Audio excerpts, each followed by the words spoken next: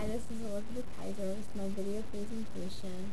I'm doing it on Sir Philippe Sidney and his work Astrophil and Stella.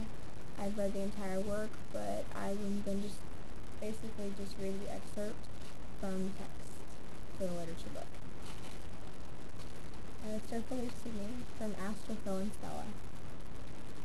Loving in truth and fain in verse my love to show, that she, dear she, might take some pleasure of my pain. Pleasure might cause her read, reading might make her know. Knowledge might pity win, and pity grace obtain.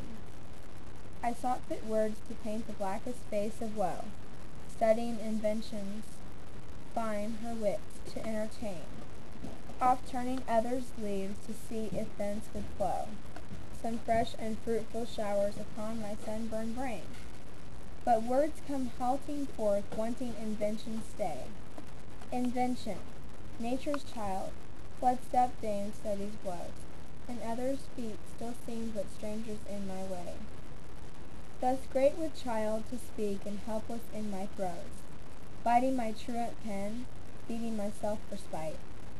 Full, said my muse to me, look in thy heart and write. With how sad steps, O moon, thou climbest the skies, how silently and with how wan a face. That what may it be that even in heavenly place, that busy archer his sharp arrows tries? Sure, if that long with love acquainted eyes can judge of love, thou foolest a lover's case. I read it in thy looks, thy languished grace. To me, that feel the like, thy state describes. Then, even if fellowship, O moon, tell me, is constant love deemed there, but want of wit? Are beauties there as proud as here? They be. Do they above love to be loved? And yet those lovers scorn, whom that love doth possess, do they call virtue their ungratefulness? I noted a few of my favorite verses from the entire work that I read on the internet. Some lovers speak when they their muses entertain, of hopes begot by fear, of what not what desires, of force of heavenly beams, infusing hellish pain, of living deaths, dear wounds, fair storms, and freezing fires. Another one. Then love is sin, and let me sinful be. Another. But finding not those restless flames in me, which others said did make their souls to pine, I thought those babes of some tense hurt did whine, by my love judging what love's pain might be. O fools, or overwise, alas, the race of all my thoughts hath neither stop nor start, but only Stella's eyes and Stella's heart. Another. Who hard by made a window send forth light. My heart then quaked, then dazzled were mine eyes. One hand forgot to rule, the other to fight. Another. But your reason's purest light bids you leave such minds to nourish. Another. But the wrongs love bears will make love at length leave undertaking. No, the more fools it do shape, in a gown of some so firm making, deeper still they drive the stake.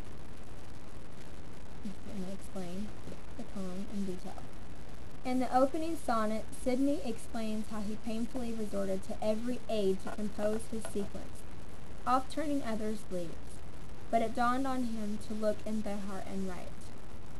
In writing about how to compose a love sonnet, he did just that. What formed itself on the page before him was pure emotion.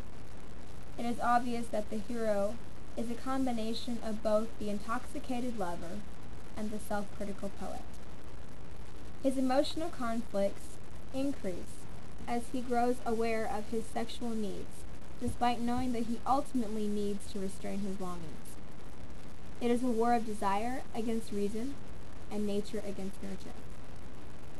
He knows that no matter how much he craves for Stella, it is a lost battle already, and this is where the endless grief emerges. This interplay of opposing forces is also considered a vital part of the sonnet structure. This is an impossibility of a successful relationship.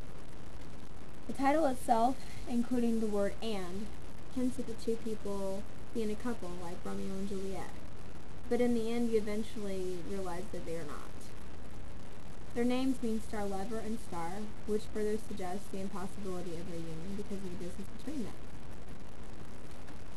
The name Stella immediately highlights how unattainable she is, and that she is, after all, not quite as unique as Astrophil portrays her to be. Her light is very much shared and shown by thousands of other Stellas. The impossibility of their union, reflected in the title, is reinforced in the second. Astrophil is definitely giving a dark and gloomy picture of his love life, while his starlit stage has definitely become dark and dangerous. Stella's eyes, which he calls nature's chiefest work, are also black, sweet black which veils the heavenly eye. The recurring metaphor of blackness is a result of his increasing preoccupations, and he broods over the fact that his once starlit world seems none other than his own living hell. The Christian opposition of heaven and hell is evident from the verse in Sonnet 2. No doom should make one's heaven become his hell, while the word doom suggests the speaker's Christian damnation. It is nothing more than Stella's rebuttal. Astrophil seeks Stella and falls in love with her, in true romantic style. She is caring and understanding, but when he makes an advance to her, she rejects him. Most of the sonnet is taken up with Astrophil's attempts to wrestle with his own anger and depression, with unrequited love. He blames Stella, himself, the stars, and the meaning of love, and he does so through a number of things. Personifications of various abstract things and objects, making desire, love, and the moon into people that he can discuss with his agony. Sidney's Astrophil and Stella is not the most passionate love poetry ever written, but it is one of the most great poetic achievements of the Elizabethan age. The collection more than lives up to the great claims that he made. That concludes my presentation, and sorry about the horses, but I'm not really